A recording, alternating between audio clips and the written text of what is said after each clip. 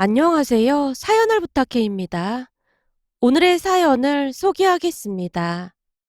대학 합격 발표가 난 뒤 조금이나마 부모님께 도움을 드리고자 아르바이트 자리를 구했고 부모님께 말을 했습니다.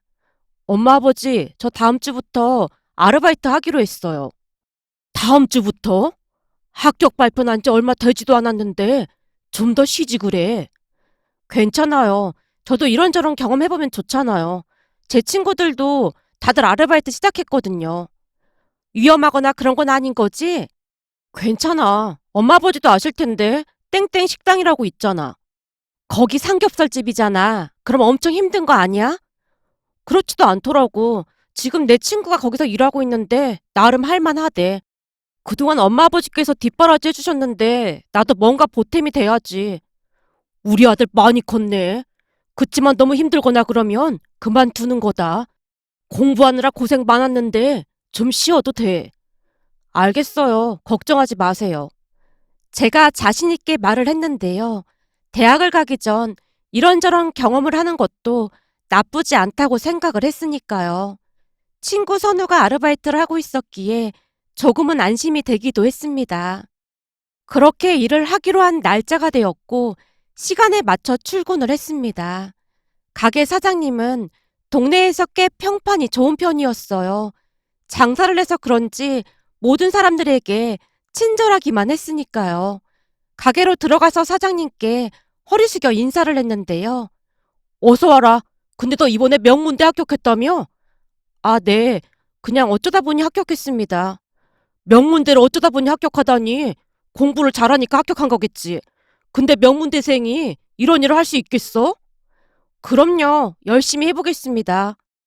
역시 명문대생이라 그런지 대답도 아주 시원시원하구나. 보면 볼수록 누구랑 비교가 많이 되는구만. 사장님이 짜증스레 한 직원을 노려보며 말하고 있었는데요. 사장님의 시선을 따라 그 직원을 바라보고 있자 직원이 급히 제 눈을 피하는 모습이었습니다. 유준아, 쟤 말고 선우한테 배우면 된다.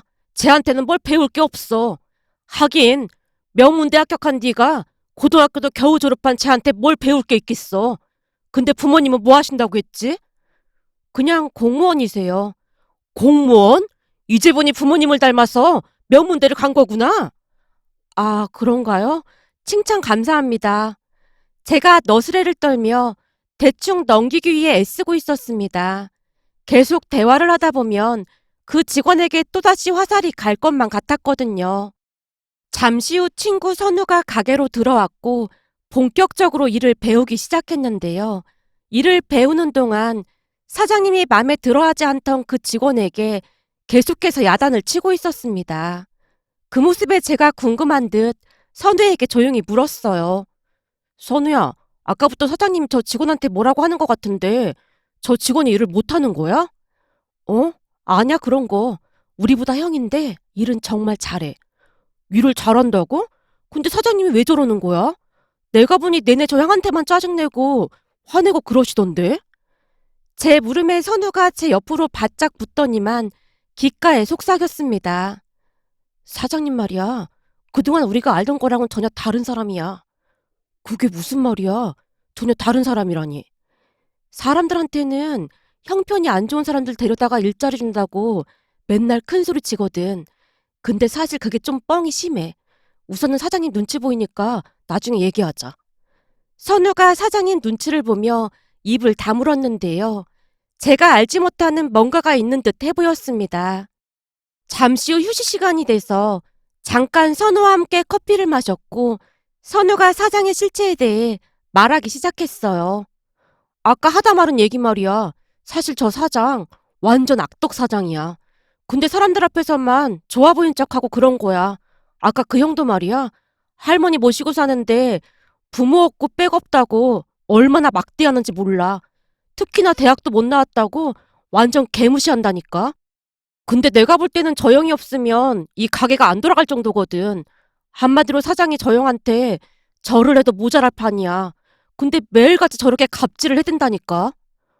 아니 난 이해가 안 돼서 그러는데 그럼 그만두면 되잖아. 왜 굳이 이런 대접을 받으면서 여기 있는 거야? 그것도 내가 물어봤지. 근데 형이 하는 말이 아는 분이 소개를 해줬다고 하더라고.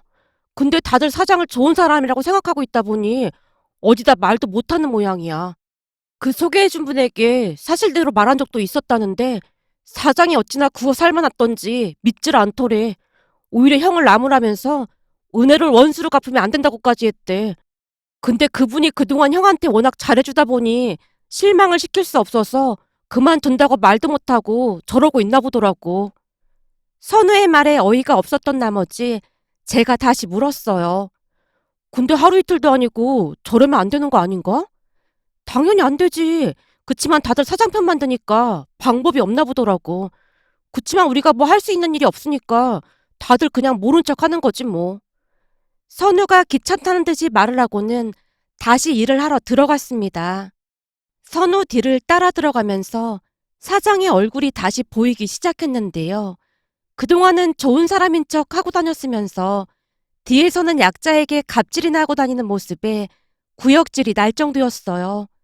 하지만 이미 일을 하기로 약속을 했던지라 나름 열심히 일을 했습니다. 그 와중에도 사장은 명준이 형에게 험한 말들을 쏟아내고 있었고요. 그렇게 한 달의 시간이 지나갔고 월급날이 되었습니다. 그런데 월급을 받던 명준이 형이 기어들어가는 목소리로 사장에게 말했어요.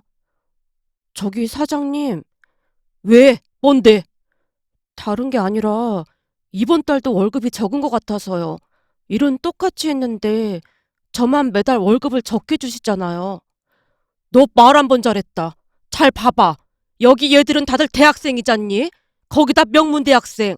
근데 명문대생이랑 너 같은 사람이 월급을 똑같이 받는다는 게 말이나 되는 소리야? 암튼 없는 것들이 바라는 건 되게 많아. 저기 그래도 일은 똑같이 하잖아요. 그리고 저번 달에는 분명히 같은 금액으로 준다고 하셨잖아요. 내가? 내가 언제 그랬어? 그랬다는 증거 있어? 그때 사장님이 분명히 그러셨잖아요.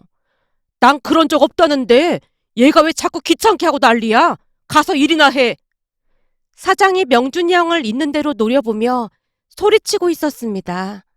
하지만 그날따라 명준이 형도 지지 않고 사장에게 대들고 있었어요. 사장님, 이런 식이면 계속 근무하기 힘듭니다. 우리 집 형편이 좋은 편도 아니고 계속 이렇게는 할 수가 없습니다. 뭐가 어쩌고 어째? 이래서 머리 검은 짐승은 거두는 게 아니라는 말이 있는 거야. 지금까지 줄곧 너랑 니네 할머니 밥 벌어먹게 해줬더니 이제 와서 뭐가 어쩌고 어째? 더 이상 일을 못하겠어? 그럼 한번 나가보던지. 내가 주변에 다 말해서 네가 어딜 가든 일 못하게 할 수도 있다는 거 명심해. 너 내가 발이 얼마나 넓은지 알고 있지? 사장이 명준이 형을 한껏 비웃으며 말하고 있었는데요. 그 모습이 마치 악마와도 같아 보였습니다. 그토록 비열한 인간은 처음이라는 생각마저 들었으니까요. 그 뒤 저는 많은 생각을 하게 되었고 가게를 그만둘 생각으로 사장에게 말을 꺼냈어요. 사장님, 죄송한데 제가 일을 그만해야 할 것 같습니다. 갑자기 왜? 이제 슬슬 공부도 해야 할 것 같고 해서요. 하긴 명문대생이니까 준비를 하는 게 맞긴 하겠지. 근데 네가 그만둬 버리면 나머지 사람들이 너무 힘들거든. 그러니까 사람 구해줄 때까지만 기다려줄래? 그 정도는 해줄 수 있는 거지? 네, 그럼요. 그럼 그때까지 기다리겠습니다. 제가 흔쾌히 대답을 하고는 다시 열심히 일을 했습니다. 그런데 시간은 계속 지나가고 있었지만 사장은 사람을 채용할 생각조차 없어 보였어요. 결국 제가 다시 사장에게 물었습니다. 사장님, 혹시 사람은 구하고 계신 건가요? 어?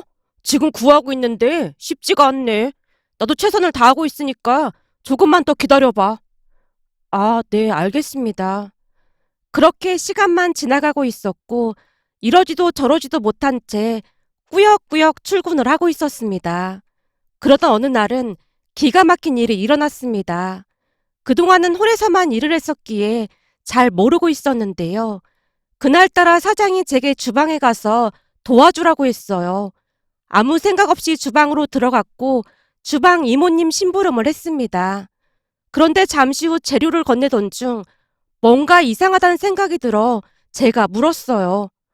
이모님, 이거 유통기한 지난 것 같은데 그것도 한참 지났어요. 제가 놀라서 외치고 있었고 이모님이 손가락으로 입을 가리며 급히 말했어요. 그런 얘기를 그렇게 큰 소리로 하면 어떡해? 네? 그게 무슨 말씀이세요? 그럼 설마 유통기한 지난 걸 알고 계셨던 거예요? 나도 유통기한 지났다고 사장한테 말을 했는데 사장이 들은 척도 안 하는 걸 어쩌겠어. 근데 걱정은 하지 마. 이거 쓴 지 한참 됐는데 지금껏 아무 일도 없었으니까. 아니, 그래도 그렇지. 유통기한이 이렇게 지난 걸 쓰면 안 되는 거죠. 그런 쓰잘데기 없는 걱정은 접어두고 얼른 심부름이나 해. 더 이상 말하기 귀찮다는 듯이 이모님이 말을 돌리고 있었습니다. 사장이란 사람은 알면 할수록 더욱 최악이었는데요. 그동안 지저분한 짓이란 짓은 다 하고 다녔더라고요. 그날 제가 확인한 상당수의 재료들이 유통기한이 지나 있었습니다. 그것도 1년이 훨씬 넘게 지난 것도 있었어요. 그날 어찌나 찜찜한 기분이 들던지 집에 돌아가 많은 생각을 하다가 잠이 들었는데요. 몰랐으면 몰라도 알고도 그냥 지나간다는 게 너무나 찜찜하기만 했으니까요. 결국 다음날 제가 사장에게 조심스레 물었습니다. 사장님, 제가 어제 주방 일을 도와드리다 보니까 재료들 유통기한이 한참 지난 것 같던데 그런 걸 써도 되는 거예요? 어? 그거 괜찮아. 생각해봐. 지금껏 몸이 아프다고 컴플레인 걸려온 거 있었어? 아니요. 그런 건 아닌데 그래도 안 되는 걸로 알고 있어서요. 네가 잘 몰라서 그러나 본데 장사하는 사람들 대부분이 나처럼 하고 있어. 그런 거 다 따져가면서 장사를 어떻게 하겠냐? 원래가 정직하게 장사하는 사람들이 돈을 제일 못 번다니까. 오히려 그런 사람들이 어리석은 사람 취급받는 세상이야. 그러니까 너도 그냥 모른 척하면 돼. 알겠어? 아, 네. 사장이 어찌나 자기 합리화를 시키고 있던지 더 이상 대꾸하지 않았습니다. 그러던 어느 날은 명준이 형이 다급한 목소리로 사장에게 말했어요. 사장님, 정말 죄송한데 다음 달 월급 좀 가불해 주실 수 있을까요? 뭐? 가불? 넌 대체 인생을 어떻게 살았길래 벌써부터 그런 말을 쓰고 있어? 저기 그게 아니라 갑자기 집주인이 보증금을 올려달라고 해서 급하게 돈이 필요해서요. 안 그럼 저희 이사 가야 하는데 구할 집도 마땅치 않고. 얼마나 올려달라고 하는데? 500만 원을 올려달라고 합니다. 뭐? 500만 원? 그럼 그까지 500만 원이 없어서 월급을 가불해달란 말이야? 제가 모은 게 조금 있어서 한 200 정도만 더 있으면 될 것 같아서요. 할머니께서 몸이 안 좋으셔서 약값이랑 보약을 좀 해드렸더니 돈이 부족해서요. 명준이 형이 잔뜩 주눅이 든 표정으로 눈치만 보고 있었는데요. 순간 사장이 기가 막히다는 듯이 비웃으며 말을 했어요. 내가 이런 말하기 그렇긴 한데 말이야. 송충이는 솔잎을 먹고 살아야 하는 거야. 당장 보증금 올릴 돈도 없으면서 대체 보약은 왜 먹는 거냐? 니네 할머니도 참 그렇다. 손자한테 얹혀 살면서 어쩜 보약까지 먹으려고 할 수가 있어. 진짜 네 인생도 암담하다 암담해. 그래서 난 더욱더 갑을 못 해줘. 내가 뭘 믿고 너한테 가부를 해주겠어? 얼마 전엔 나한테 그만둘 거라고 협박까지 한 마당에. 혹시나 네가 그 돈 가지고 도망갈지 누가 알겠냐 그 말이야. 그동안 조용히 일했으면 내가 그냥 가불 해줬을 텐데 그러게 왜 그렇게 경거망동을 하고 난리를 쳤어? 그러니까 앞으로는 내 말 잘 들어야 해. 알았지? 그럼 내가 다시 한번 생각해 볼게. 사장이 손가락으로 명준이 형의 코를 살짝 튕기더니만 자리를 피하고 있었습니다. 그 순간 명준이 형의 얼굴은 수치심이 가득해 보였어요. 그뿐만 아니라 사장님에게 적개심마저 드러내고 있는 모습이었습니다. 그런 명준이 형이 이해가 되기도 했는데요. 그 정도면 참을 만큼 참았다는 생각만 들었거든요. 명준이 형이 긴 한숨을 내쉬며 밖으로 나가는 모습에 제가 뒤를 따라 나가며 말을 꺼냈어요. 저기 형, 내가 이런 말해서 미안한데 그 돈 내가 빌려줄게. 뭐? 네가 나한테 돈을 빌려주겠다고? 나는 급할 게 없어서 그냥 적금해놨었거든. 너 대학 등록금 하느라 모은 거 아니었어? 아니야. 대학 입학했다고 할머니, 할아버지, 그리고 이모들까지 다들 돈을 보내와서 등록금은 충분할 것 같아. 순간 저도 모르게 자랑을 한 것 같아 제가 급히 사과를 했습니다. 형, 미안해. 난 그냥 여윳돈이 있다는 말을 하려고 했던 것뿐이야. 아니야, 괜찮아. 근데 뭘 믿고 나한테 돈을 빌려주겠다는 거야? 그동안 쭉 형을 지켜봤잖아. 집에 돌아갈 때마다 할머니께서 좋아하시는 것들을 사서 가는 모습을 봤거든. 거기다 할머니 생각해서 보약까지 해드리는 그 마음을 믿는 거지. 그런 사람들은 절대 거짓말을 하지 않거든. 그리고 설사 형이 돈을 안 돌려준다고 해도 난 상관없어. 그동안 일하면서 형한테 도움받은 게 엄청 많잖아. 저번에 내가 그렇게 쓸 때도 사장님한테는 형이 깼다고 뒤집어 써주기도 했고 말이야. 그 정도면 된 거 같은데? 제 말에 명준이 형이 고개를 숙인 채 흐느끼고 있었습니다. 그 모습에 당황한 채 제가 다시 물었어요. 형, 내가 무슨 실수라도 한 거야? 기분 나빴다면 미안해. 난 그냥 형이랑 할머니를 도와드리고 싶었던 것뿐이야. 사실 어려운 환경 속에서도 열심히 살아가고 있는 형이 많이 존경스러웠거든. 형을 통해서 전혀 다른 세상을 봤다고 해야 할까? 암튼 조금이나마 형에게 도움이 되고 싶어. 고맙다. 지금껏 이런 말 해준 사람은 네가 처음이라 너무 놀라서 그랬어. 면목이 없지만 빌려주면 내가 꼭 갚을게. 알았어. 난 상관없으니까 돈은 생기는 대로 천천히 갚아도 돼. 정말 고맙다. 내가 은혜 절대 안 잊을게. 그리고 나 곧 그만둘 거야. 그러니까 가끔씩 연락은 하고 지내자. 형 내 연락처 알지? 제 말에 명준이 형이 눈물을 삼킨 채 고개를 끄덕이고 있었습니다. 저는 그날 명준이 형의 눈빛을 잊을 수가 없답니다. 눈에서 절박함 같은 것이 고스란히 전해져 왔으니까요. 그 뒤 저는 명준이 형에게 돈을 빌려줬고 며칠 뒤 그곳을 그만뒀습니다. 사장에게 경고하듯 제가 말을 꺼냈거든요. 사장님, 부모님이 왜 아직도 안 그만뒀냐고 하시면서 가게에 직접 찾아오신다고 난리도 아니에요. 어? 부모님이 그러셨어? 네. 그래서 제가 사장님께 잘 말씀드려 본다고 했거든요. 어떻게 해야 할까요?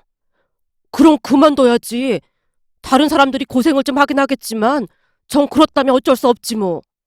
사장이 떨떠름한 표정으로 허락을 했습니다. 그렇게 저는 그곳을 그만두고 집에서 책을 읽으며 지내고 있었는데요. 어느 날 선우가 집으로 놀러와서는 숨이 넘어갈 듯 말을 꺼냈습니다. 유준아, 우리 사장 완전 망했어. 뭐? 그게 무슨 말이야? 망하다니. 글쎄 갑자기 식품위생과 공무원들이 들이닥쳤지 뭐냐? 근데 유통기한 지난 재료부터 걸린 게 한두 가지가 아니래. 지금 가게 문 닫게 생겼대. 그런 걸로 망하진 않지 않나? 물론 그렇긴 하지. 그 정도면 영업정지로 끝나긴 한다는데 더 큰 게 있다나 봐. 더 큰 거? 그게 뭔데? 나도 잘 기억은 안 나는데 뭘 허위 신고해서 그것까지 싹 다 걸렸대. 그래서 문을 닫아야 할 판이래. 이미 주위에 소문이 파다해. 대단하다. 한마디로 법을 어긴 게 한두 가지가 아니란 말이네. 그렇지. 뭐가 되게 복잡하다고 하더라고. 시청에서 나왔다고 해서 우리는 쫓겨나듯 나왔는데 조금 전에 주방 이모님이 살짝 말해주시더라고. 근데 그런 집은 망하는 게 맞아. 그 사장이란 사람이 갑질하고 다닐 때부터 내가 알아봤어. 저기 근데 말이야. 사장이 충격으로 마탱이가 갔나 봐. 그건 또 무슨 말이야. 아니, 사장이 갑자기 명준이 형한테 그동안 밀린 월급을 다 입금했더래. 그래? 그럼 잘 된 거 아니야? 그렇긴 한데 갑자기 무슨 바람이 불어서 졌나 싶더라고. 사장이 절대 순수히 줄 사람이 아니잖아? 법을 한두 가지 어긴 게 아닌데 자기가 안 주고 배기겠어? 제가 헛웃음을 지으며 대답하고 있었는데요. 선우가 고개를 갸우뚱거리더니 궁금한 듯 물었습니다. 근데 너 왜 이렇게 덤덤한 거야? 내가 뭘? 아니 그렇잖아. 난 네가 화들짝 놀랄 줄 알았거든. 근데 너무 덤덤하잖아. 덤덤한 게 아니라 그동안 안 걸린 게 이상한 거였잖아. 하긴 그렇지 뭐. 암튼 좀 꼬시긴 하다. 그렇지. 당연하지. 그동안 명준이 형한테 좀 심하게 했냐? 그런 인간들은 천벌을 받아야 한다니까. 제가 잔뜩 흥분한 채 말을 하고 있었고 선우도 제 말에 적극 공감하며 힘차게 고개를 끄덕이고 있었습니다. 결국 가게는 쫄딱 망했고 사장은 야반도주를 하듯 다른 곳으로 이사를 갔다고 했어요. 사장을 마주할 때마다 사람들이 다들 손가락질을 하고 난리도 아니었거든요. 어느 날은 제가 엄마에게 조용히 물었습니다. 엄마, 근데 그 삼겹살집 말이야. 유통기한 말고 또 걸린 게 있어? 그렇지. 걸린 게 한두 가지가 아니더라고. 근데 자세히 말해줄 순 없어. 알고 있어. 근데 명준이 형이 그동안 못 받은 돈도 다 받았다고 하던데 그것도 엄마가 손 쓴 거야? 아, 명준이 일? 내가 손을 쓴 거라고 해야 하나? 난 그냥 직원들 월급도 똑바로 안 줬다고 들었는데 그것도 신고하면 큰일 나는 거 알고 있죠? 라고 한 거밖에 없었어. 엄마가 빙그레 웃으며 별일 아니라는 듯이 대답했습니다. 엄마, 근데 그 사장은 엄마가 우리 엄마인 거 모르는 거지? 당연히 모르지. 알바생 엄마가 식품위생과 공무원이라고 생각이나 했겠니? 그러게 말이야. 근데 나도 웬만하면 안 그러려고 했는데 사장이 죄책감이 없어도 너무 없더라고. 유통기한이 1년 넘게 지난 것도 있더라니까. 거기다 더 화가 난 건 명준이 형한테 갑질을 했던 거야. 그건 도무지 참을 수가 없더라고. 잘했어. 곧 여름인데 그대로 장사했다가 사람들이 단체로 식중독이라도 걸렸으면 어쩔 뻔했어. 냉장고에 상한 고기도 잔뜩 있던데 그걸로 김치찌개 끓여주고 그랬다고 하더라고. 근데 아픈 사람이 없었다는 게 신기할 뿐이야.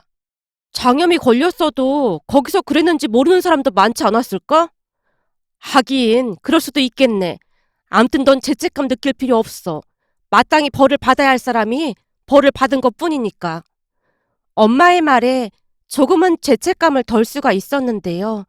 사실 그 식당을 제가 신고했던 거였거든요. 저도 처음에는 그러지 않으려고 했지만 도를 지나친 사장의 행동에 누군가는 막아야 한다는 생각이 들었으니까요. 사장은 우리 엄마가 식품위생과 공무원인 줄은 꿈에도 모르고 있었겠죠. 그것도 팀장인 걸 말이죠. 그 뒤 명준이 형과 만나게 되었고 형이 제게 돈을 건네며 말했습니다. 여기 이건 그때 빌린 돈이고 그리고 이건 작은 선물 하나 샀어. 이런 걸 뭐하러 샀어? 그때 너무 고마워서 그냥 내 마음이야. 근데 식당이 망해서 일자리는 어떻게 했어? 형 일자리가 제일 걱정이 되더라고. 걱정하지 마.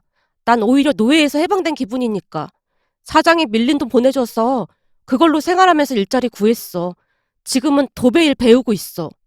도배? 어, 아는 분이 소개해줬는데 이게 몸은 힘들어도 돈은 많이 된다고 하더라고. 열심히 배워서 잘 해보고 싶어. 형은 성실하고 착해서 잘할 수 있을 거야.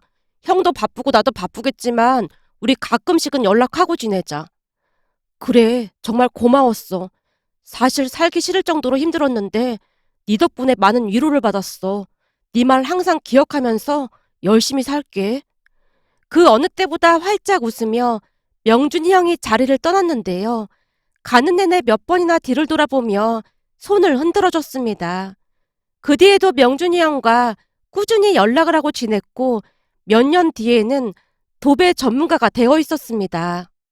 도배라는 일이 몸은 힘들어도 그만큼 보상이 따르는 모양으로 착실하게 돈을 모아서 좋은 집으로 이사를 했다고 했어요. 얼마 전 우리 집에 이사를 하면서 명준이 형에게 도배를 맡겼고 말끔히 도배되어 있는 모습을 보며 부모님도 아주 만족해 했습니다. 그동안 힘들게 살아온 명준이 형이 앞으로도 행복하길 간절히 바라봅니다. 오늘의 사연은 여기까지였습니다. 즐겁게 보셨다면 구독, 좋아요 부탁드립니다. 고맙습니다.